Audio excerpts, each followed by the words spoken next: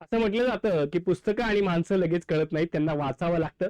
विद्यार्थी मित्रांनो, स्वागत आहे इन्फिनिटी स्पर्धा परीक्षा अकॅडमीच्या या युट्यूबच्या प्लॅटफॉर्मवरती. ओके, मी माधव जगताप आज तुम्हाला एक बुक लिस्ट सांगणार आहे. खरं तर खूप विद्यार्थ्यांनी आमच्याकडे मागणी केली होती की जी आगामी गॅझेटेड फिल्म्स आहे त्या परीक्षेसाठी काय पुस्तकं रेफर केली पाहिजेत आणि आता कोणती कमी कालावधीमध्ये चांगली तयारी करून देणारी कोणती पुस्तकं असू शकतात. मग यासाठी या गॅझेटेड प्री साठी ची बुकलिस्ट जी आहे ही बुकलिस्ट आपण या व्हिडिओच्या माध्यमातून सांगणार आहे. आणि ही बुकलिस्ट जी आहे हे राज्यसेवा पूर्व परीक्षा, MES पूर्व परीक्षा, अभियांत्रिकी सेवा पूर्व परीक्षा, कृषी सेवा पूर्व परीक्षा, वन सेवा पूर्व परीक्षा आणि FSO म्हणजे अन्न सुरक्षा अधिकारी पूर्व परीक्षा या सर्व पूर्व परीक्षांसाठी जी एकत्रितपणे घेतली जाते त्याच्यासाठी ही उपयुक्त ठरणार आहे. कारण या सगळ्यांची आता एकत्रितपणे पूर्व परीक्षा होते. ठीक आहे, खरं तर ही राज्यसेवेची जुनी पूर्व परीक्षा आहे. आणि मग यासाठी कोणती बुकलिस्ट आपण आपल्या संग्रही ठेवली पाहिजे यासाठी या व्हिडिओच्या माध्यमातून आपण बघू. तर सुरुवातीला जर आपण सिलेबस मधला GS मधला जो सब्जेक्ट आहे इतिहास, हिस्ट्री, या हिस्ट्रीमध्ये आपल्याला त्यांनी एन्शियंट, मिनियल आणि मॉडर्न अशा पद्धतीने सिलेबस दिलेला आहे. आणि असं सांगितलेलं आहे की भारताचा आधुनिक इतिहास महाराष्ट्राच्या विशेष संदर्भासहित आणि मग यासाठी आधुनिक भारताच्या इतिहासासाठी आणि महाराष्ट्राच्या विशेष संदर्भासह या सिलेबसला अनुसरून असणारं एक चांगलं पुस्तक आहे. आणि ते पुस्तक म्हणजे समाधान महाजन सरांचं हिस्ट्रीचं, मॉडर्न हिस्ट्रीचं जे पुस्तक आहे हे पुस्तक फार उपयुक्त ठरतं.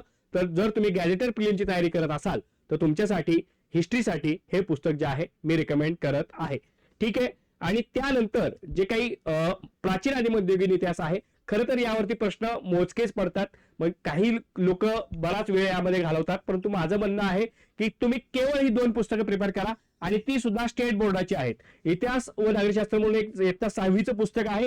हे पुस्तक आवर्जून वाचा, कारण तुम्हाला आश्चर्य वाटेल जसेच्या तसे प्रश्न या परीक्षेमध्ये या पुस्तकातून पडलेले आहेत.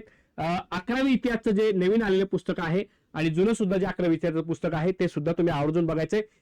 एकदा असं झालं होतं, 8 प्रश्न सरळ सरळ इतिहासाचे या 11वी इतिहास मधून पडलेले होते, असं या पूर्व परीक्षेमध्ये आधी घडलेलं आहे.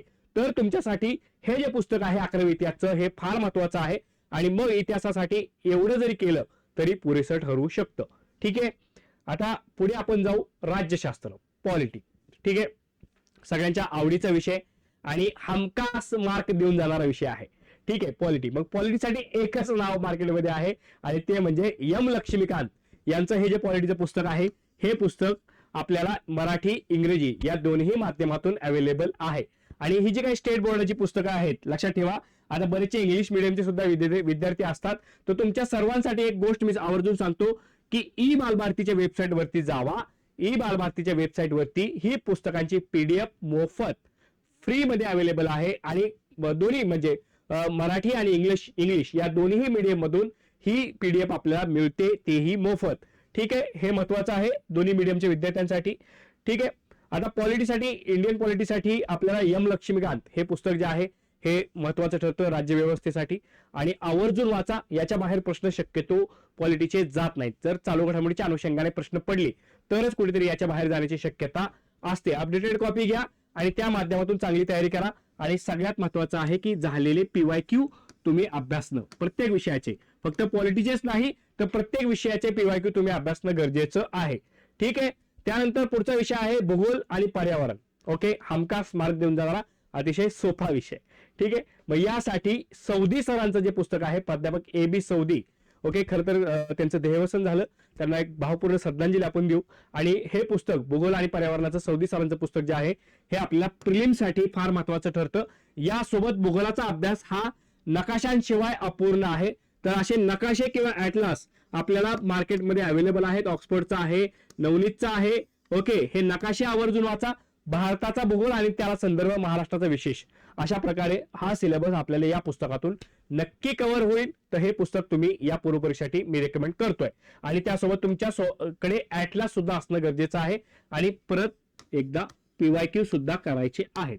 PYQ हे सब्जेक्ट नुसार केलेले मार्केटमध्ये बरीच पुस्तकं आहेत. इतिहासाचे वेगळे PYQ, भूगोलाचे वेगळे PYQ, पॉलिटीचे वेगळे PYQ, अशा प्रकारची पुस्तकं आता मार्केटमध्ये अवेलेबल आहेत. ते आवर्जून तुम्ही करायचं आहे, त्याला स्किप करू नका.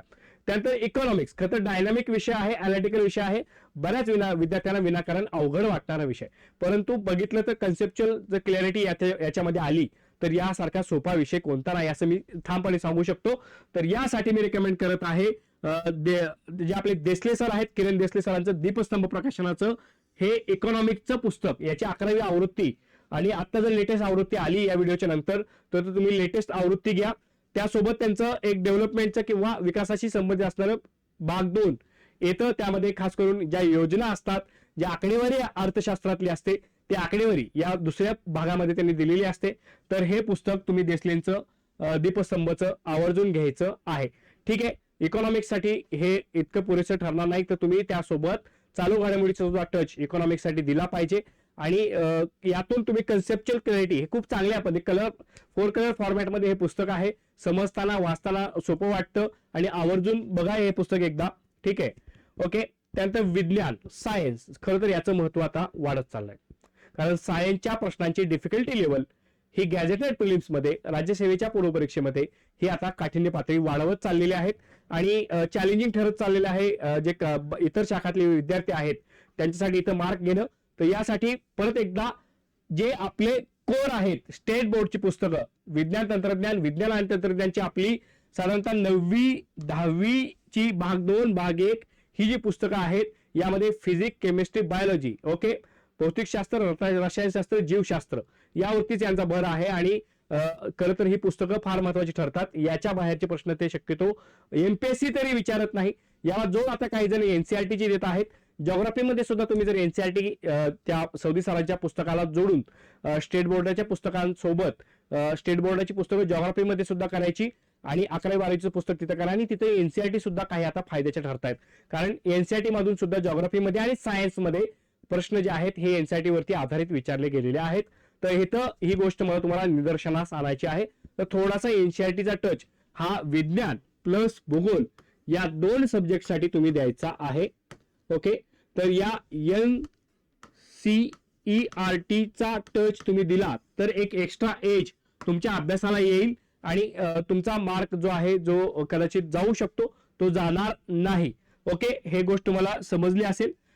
त्या विज्ञानामध्ये, सायन्समध्ये सर्वसाधारणपणे फिजिक्स, केमिस्ट्री अशा पद्धतीनं आपल्याला 11वी 12वीची सुद्धा पुस्तकं जी आहेत, ही 11वीची पुस्तकं सुद्धा फायदेशीर ठरतात. यातून आता खरं तर प्रश्न जे आहेत हे जास्त पडताना आपल्याला बघायला मिळतात. फिजिक्समध्ये, केमिस्ट्रीमध्ये डायरेक्ट फॉर्म्युलेज ते टाकतायत परीक्षेमध्ये.